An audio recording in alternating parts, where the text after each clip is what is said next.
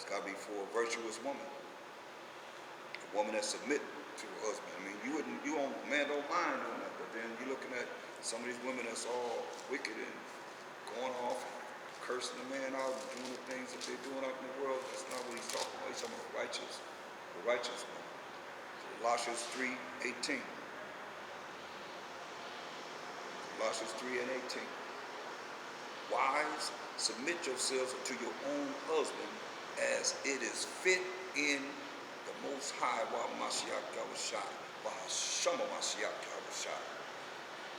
Verse 19, husbands, love your wives and be not bitter against them. So that's why you gotta make sure you know who you're getting with. You gotta love them, you can't be bitter against them, you know? So take your time to know who you're gonna get with. Because Most High hates separation. He don't like that. He hates divorce. He hates divorce. So I'm gonna go through a few more scriptures on duties of a woman.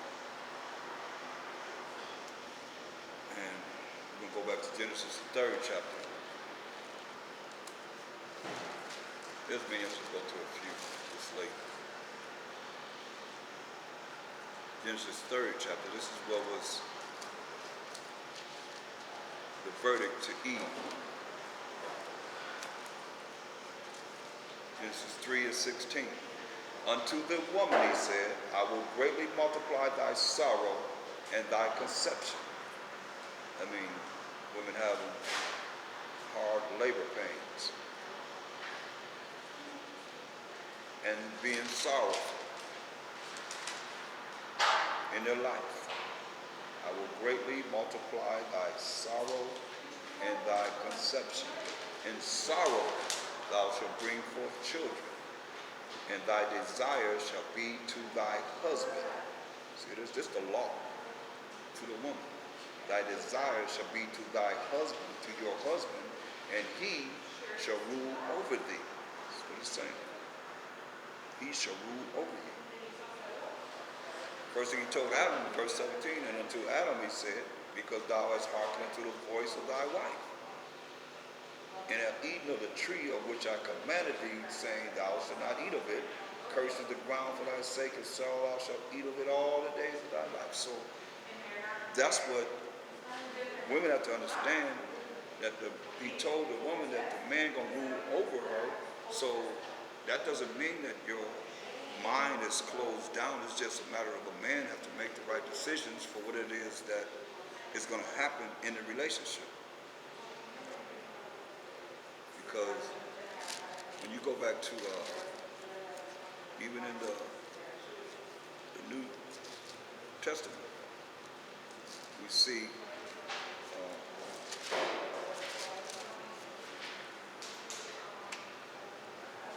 in 1 Corinthians 11,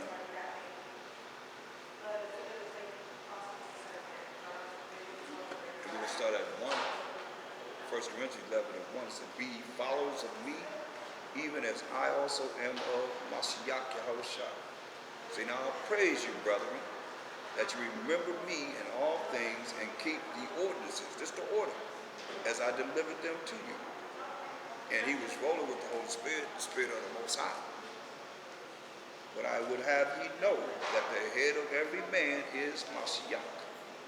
Mashiach Yahushua, the Messiah, the anointed. And the head of the woman is the man. The head of the woman is the man. And the head of Mashiach is the Most High. From there, let's go to 1 Corinthians 14 and 34.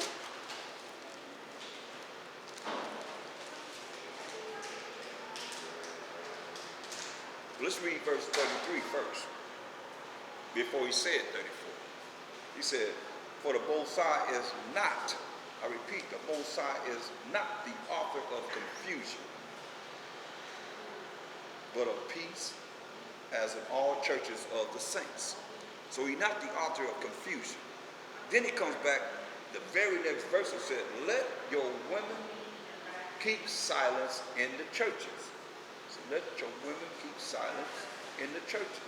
For it is not permitted unto them to speak, but they are commanded to be under obedience, as also said the law.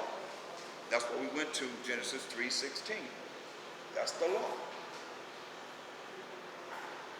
And if they will learn anything, let them ask their husbands at home. For it is a shame for a woman to speak in the church.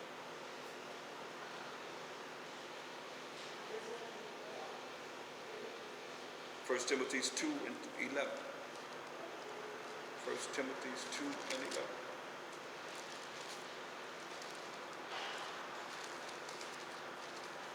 1 Timothy 2:11. Says, let the woman learn in silence with all subjection. With all subjection.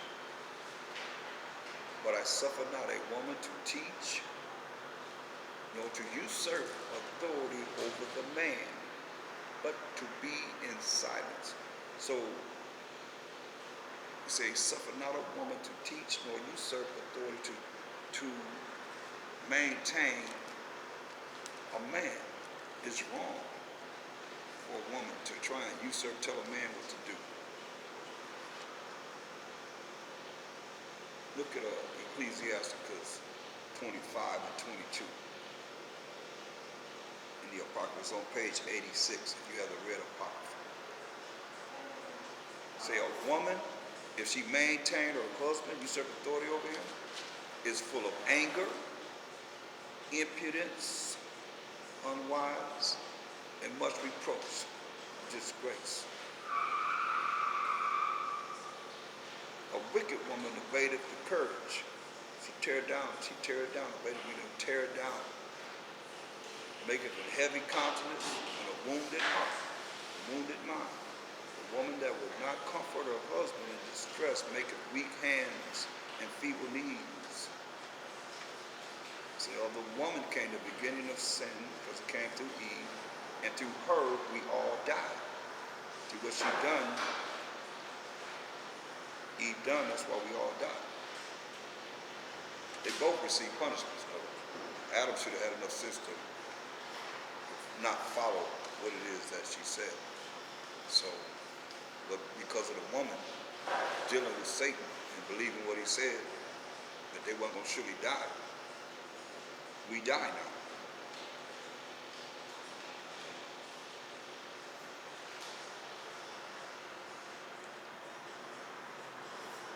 Going back to 1 Timothy 2:11.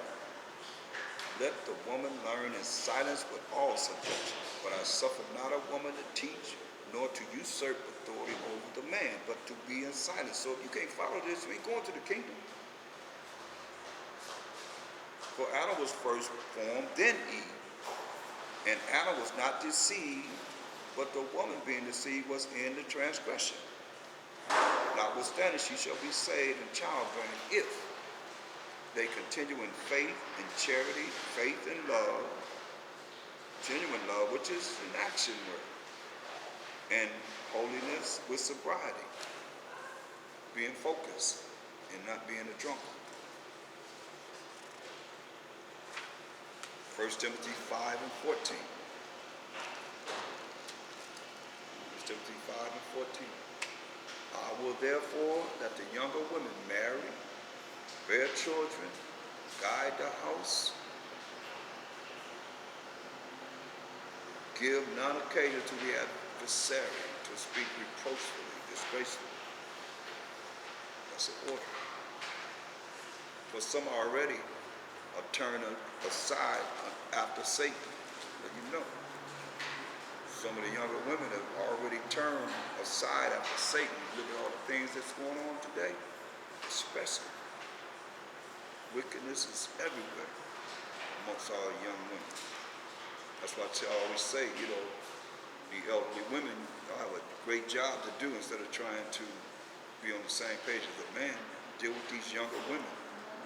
Because some is already turned aside after Satan. And at this time it's written, right now it's worse than ever, the things that they're doing.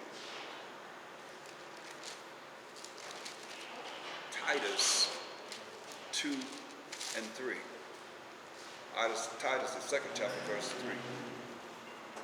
Here we are. The aged women, likewise, that they be in behavior as becometh holiness, being righteous, not false accusers, not accusing somebody falsely, lying on someone, nor giving too much wine, not drinking a lot. Teachers of good things, that they may teach the young women to be sober, to be, like he just said, to be sober, to be focused, and not be drunks, to love their husbands. This is what the aged women are supposed to be doing. Teaching them to love their husbands, because they have loved their husbands, to love their children, to be discreet, chaste, keepers at home, not out in the streets somewhere, taking care of their home, good, obedient to their own husbands, that the word of the Most High be not blasphemed. See? You blaspheme, you're coming around, you're in the truth, and you're doing things that are contrary to what is written. That's blasphemy. I went through a lesson on blasphemy, different means of blasphemy. So we're going to stop right there, and we continue on these laws, because we got to continue to go over them so we can see what's right and what's wrong, and get the understanding of how it all comes together to make us righteous. So let me read this to you. Let's see. Go to Romans, the 7th chapter.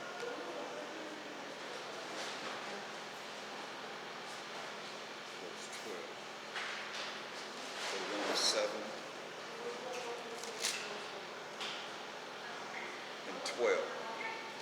Romans 7 and 12. Wherefore the law is holy, and the commandment holy, and just and good. Commandment, the law, is holy and just and good. Proverbs 3 and 1.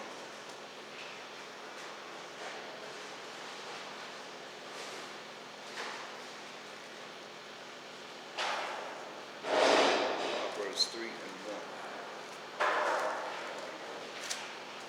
1. My son, forget not my law, but let thine heart, your mind, keep my commandments, for length of days and long life and peace shall they add to thee. With that, we're going to stop. Say shalom.